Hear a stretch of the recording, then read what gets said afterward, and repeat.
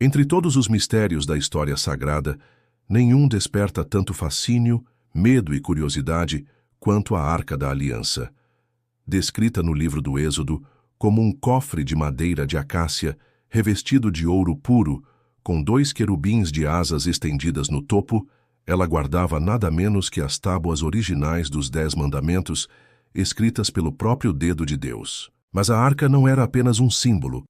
Ela era uma arma, um portal, um objeto de poder incompreensível. E de acordo com textos antigos e documentos secretos, a arca nunca foi destruída ou perdida por acaso. Ela foi escondida, protegida e selada com um código que, se decifrado, poderia mudar para sempre a história da humanidade. Segundo o relato bíblico, a arca foi construída por Bezalel, sob orientação direta de Moisés, conforme as instruções que ele recebeu no Monte Sinai. Ela era carregada por varas de ouro, nunca tocada diretamente pelas mãos humanas, sob pena de morte instantânea. O poder da arca era tão intenso que, quando os israelitas a levavam para a batalha, seus inimigos eram derrotados de forma sobrenatural. O rio Jordão parou suas águas para deixá-la passar. As muralhas de Jericó caíram após 7 voltas, e o toque das trombetas enquanto ela estava presente. Mas então, de forma misteriosa, a arca desapareceu da narrativa bíblica. A última menção clara é no reinado do rei Josias antes da invasão babilônica de 586 a.C., quando Nabucodonosor saqueou Jerusalém e destruiu o Templo de Salomão. A arca já não estava lá. Para onde ela foi? Uma das teorias mais aceitas por estudiosos é que o profeta Jeremias, prevendo a invasão, teria escondido a arca em uma caverna no Monte Nebo, na atual Jordânia.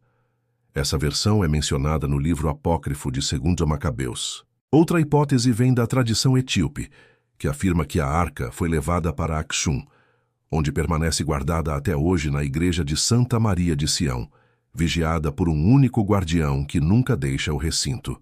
Nenhuma pessoa comum pode vê-la. Mas existem teorias ainda mais ousadas. Pesquisadores de arqueologia proibida sugerem que a arca não é apenas um artefato religioso, mas uma tecnologia avançada, talvez de origem extraterrestre.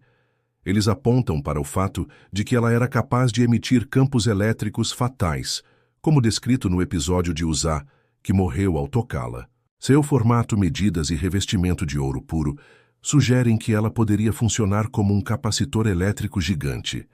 Mas a maior questão não é apenas onde a arca está, e sim o que ela realmente contém. Além das tábuas, alguns textos antigos falam de um maná celestial, um alimento misterioso guardado em um vaso de ouro, e do cajado de Arão, que floresceu milagrosamente. Outros escritos mais esotéricos afirmam que dentro da arca está uma pedra de fogo caída do céu, um fragmento que liga nosso mundo a outra dimensão. É aqui que entra o chamado Código da Arca. De acordo com manuscritos preservados nos arquivos secretos do Vaticano, existem fórmulas numéricas escondidas no texto original hebraico do Êxodo e de Reis que, quando combinadas, formariam coordenadas e instruções para encontrar a arca.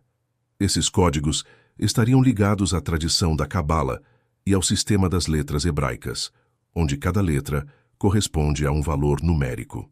O pesquisador Isaac Shamir, que teria tido acesso parcial a cópias desses documentos, afirmava que o código só poderia ser ativado quando certos eventos proféticos se cumprissem, entre eles a unificação de Jerusalém sob domínio judeu, um grande sinal nos céus e um conflito global envolvendo todas as nações. Curiosamente, alguns acreditam que esses eventos já estão em andamento. Outra peça desse quebra-cabeça vem dos manuscritos do Mar Morto, onde foi encontrado um texto chamado Rolo de Cobre. Nele, há uma lista de 64 locais onde tesouros sagrados teriam sido escondidos pelos sacerdotes do templo antes da invasão romana no ano 70 de Cristo.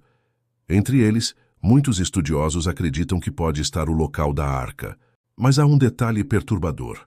Os locais são descritos de forma tão enigmática que parecem exigir um conhecimento codificado, possivelmente transmitido apenas por uma linhagem secreta de sacerdotes.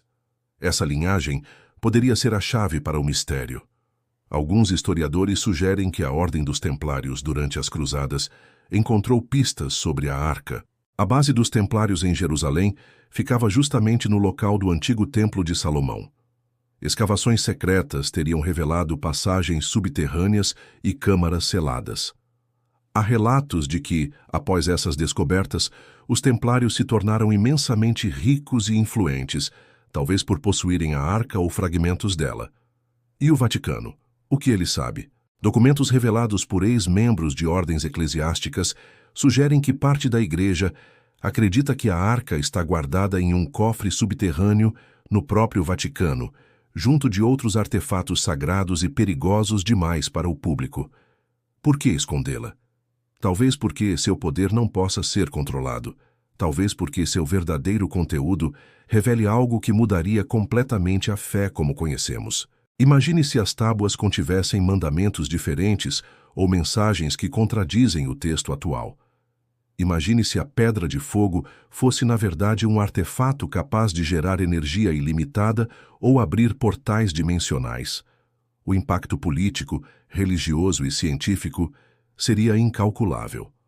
O código da Arca, portanto, não é apenas um mapa físico, é também um conjunto de instruções espirituais e rituais. Alguns místicos afirmam que, para acessar a Arca, não basta encontrá-la.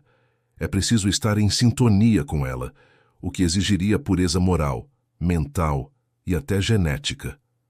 Talvez por isso ela nunca tenha sido revelada, apesar das inúmeras expedições e teorias. O que é certo é que, onde quer que a Arca esteja, ela continua sendo um símbolo de aliança ou de julgamento. E se o código for decifrado, o mundo terá que decidir. Abriremos a Arca e enfrentaremos o que está dentro, ou a deixaremos onde está, como um segredo eterno? Porque uma coisa é certa: o dia em que a Arca for revelada, nada será como antes.